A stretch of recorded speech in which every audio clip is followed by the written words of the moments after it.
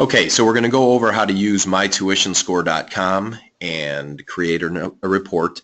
I have already logged into the account. So what would happen is a user goes in, clicks on the sign up page, enters their first name and email address, and then the system will send them a confirmation, and then their account is set up and they can use it. So that's what I've already done here. I'm logged in as a new user, and I'm going to click generate your tuition score now.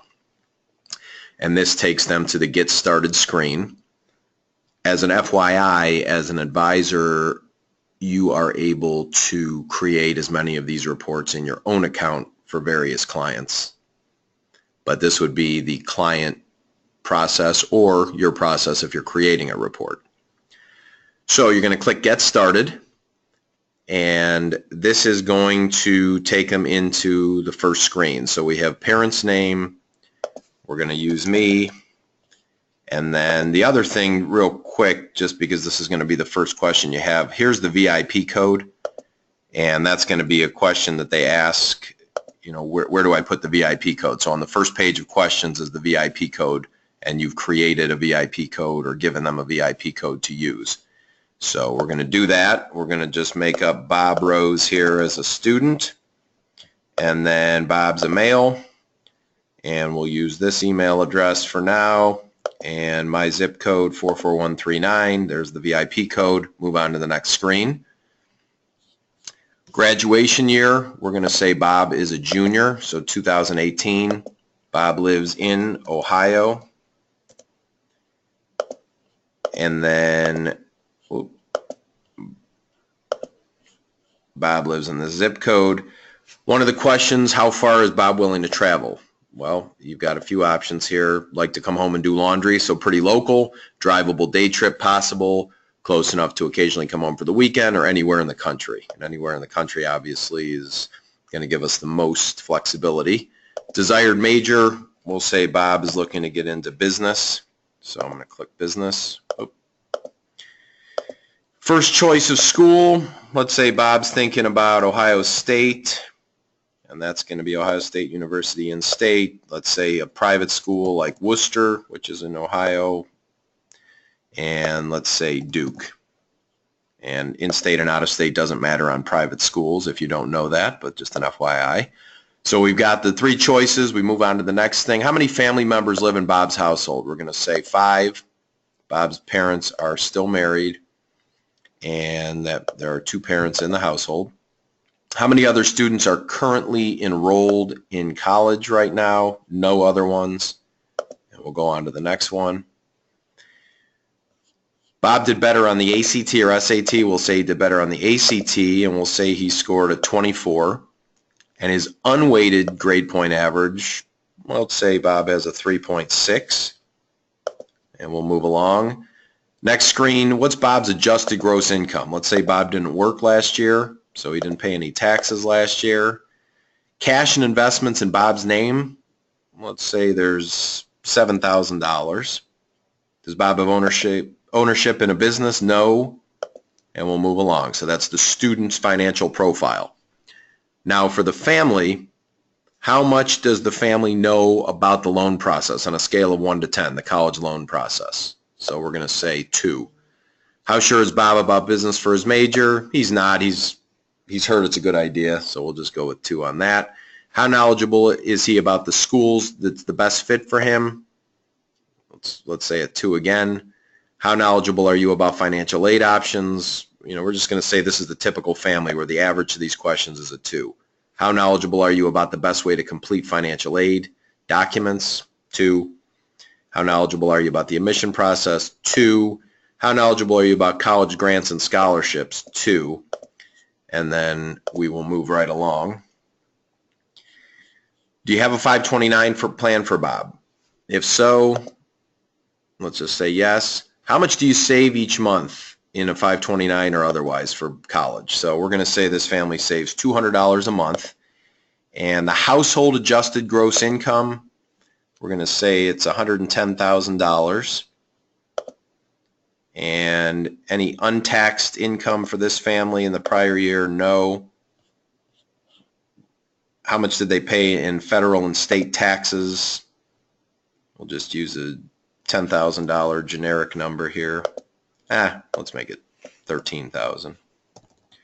And then total non-retirement investments for the family. So we're going to say they have $25,000 in non-retirement. How much of that is earmarked for college? Let's say they have $3,000 of it earmarked for college.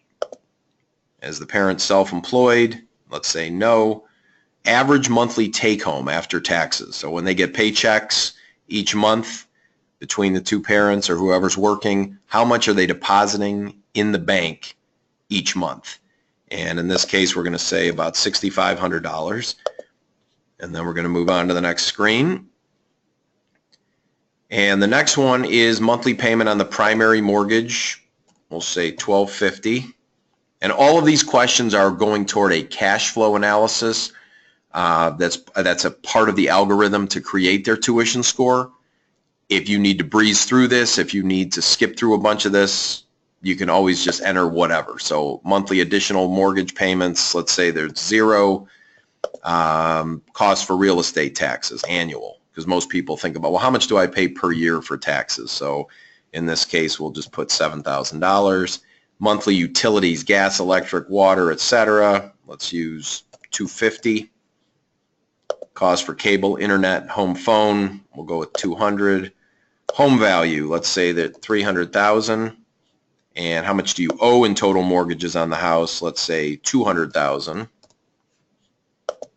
And then we're going to move along. So this is all part of the questionnaire for my tuition score, but this is also a discovery for you when you're meeting with the client or talking with the client. If you're the one actually doing this with them, these are all good questions for you to be finding out.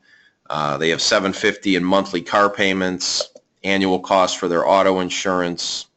Let's say it's $1,500. If they buy health insurance outside of their employer, how much do they pay? Let's say they don't. Let's say their health insurance is through their employer. Homeowners is $900 a year for this family. They have no student loan payments currently. Do they have any other loan payments? Let's say $190 a month. And then let's say they pay monthly credit card payments of $140. Their monthly cell phone expense for the household, let's say it's $300. And are they caring for any relatives outside of the home? Do they help their grandma with her mortgage payment? Are there medical bills they're helping out with? No. In this case, let's say no. And then you've answered all the questions, so now we're going to generate the tuition score. And what that means is the system is now taking all the information, running it through. The algorithm is creating a score out of 2,100. And that's what we have here. So this is the report. Here's the table of contents. And then this family's score is 1,028 out of 2,100. So that means the return on investment for college could be pretty low. Gives them a little bit of a synopsis there.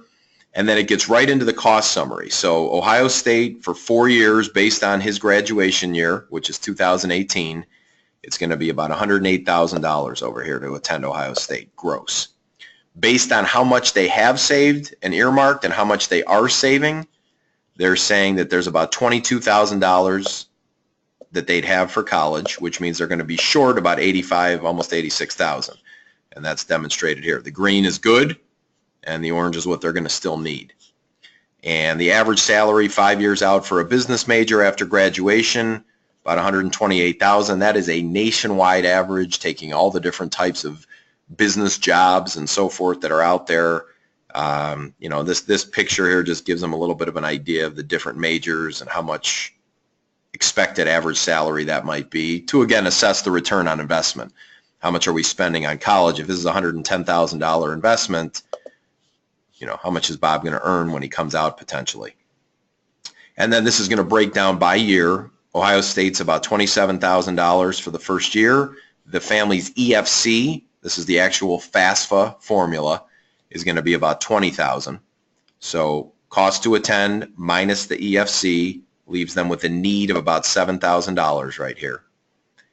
And Ohio State says they can meet about 71% of that need. So if they're meeting their needs at 71%, that means they can help them with about $5,000. That means the unmet need, which is if they meet 71%, they're not meeting 29%, which is about $2,000. And of the need they meet, they're saying about 73% is gift aid. So in other words, if they meet 71% of the family's need, 73% of that 71% is gift aid. It's free money. The other money is self-help or loans. They got to work that money off. So if you take the self-help money and you add it to the need not met, and you add it to their initial family contribution, their EFC, the total would be about $23,000 right here, $23,345. So that's just walking them through what's an achievable annual net cost based on the money that is being offered to them on a need base.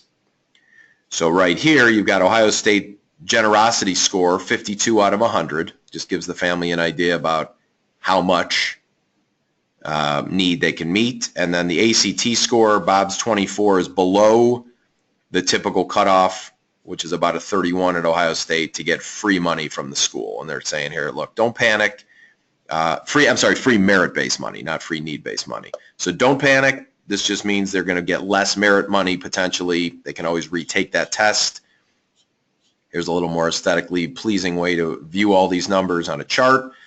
And then we go on to Worcester, which is this, much more expensive school. Oh, sorry about that. Shows them what they can expect there. And then the same EFC there, this 19,954.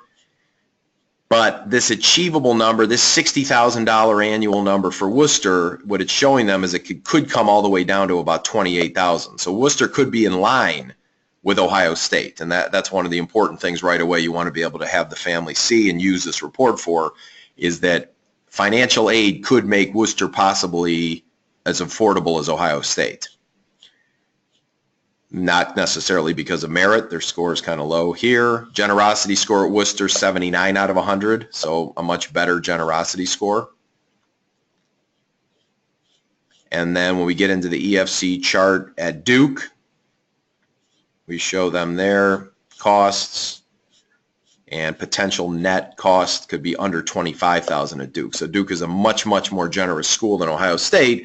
It's a lot harder to get into, though, as well. So that's, going to have to come into play. And 90 out of 100 for the generosity score at Duke. So it's a very generous school. Then what's going to happen is the system's going to generate 9 other generous schools that are within the, they said they'd go anywhere in the country. So these are based on generosity score and travel distance. That's it. This Lynchburg College, for instance, we don't know if Bob would want to go there. We don't know if that's the right fit for him. This is purely financial suggestions based on generosity score and based on travel distance. And you're going to see some names in here you probably never heard of, which is the idea, in a sense, is to get these families thinking about, hey, there's 4,000 college options.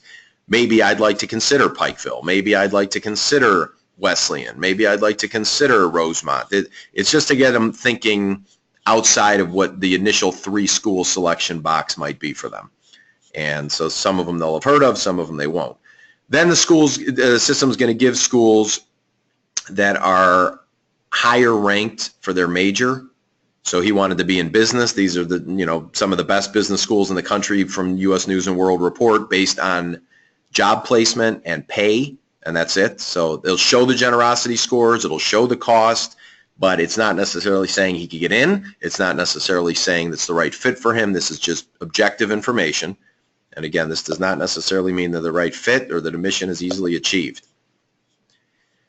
One of the most important things that they can learn is that sometimes the most expensive college on the list as a sticker price can wind up being the most affordable. And that's important. That's a first tip. Now, other ways to raise your tuition score. These are all tips for them. The EFC warning, some of the schools on the list are going to be CSS profile schools. So in addition to the FAFSA, they require the profile. And one of the things that they take into account on the profile that's not on the FAFSA is home equity. So for instance, what they're telling them here is this is a warning. If you're going to a profile school, that EFC we showed you, which was close to $20,000, could actually be $2,400 a year higher based on home equity. And what you'll find with CSS schools is there are a lot of different formulas, and it's subjective, and there's no way to necessarily pin down the exact formula at any of them.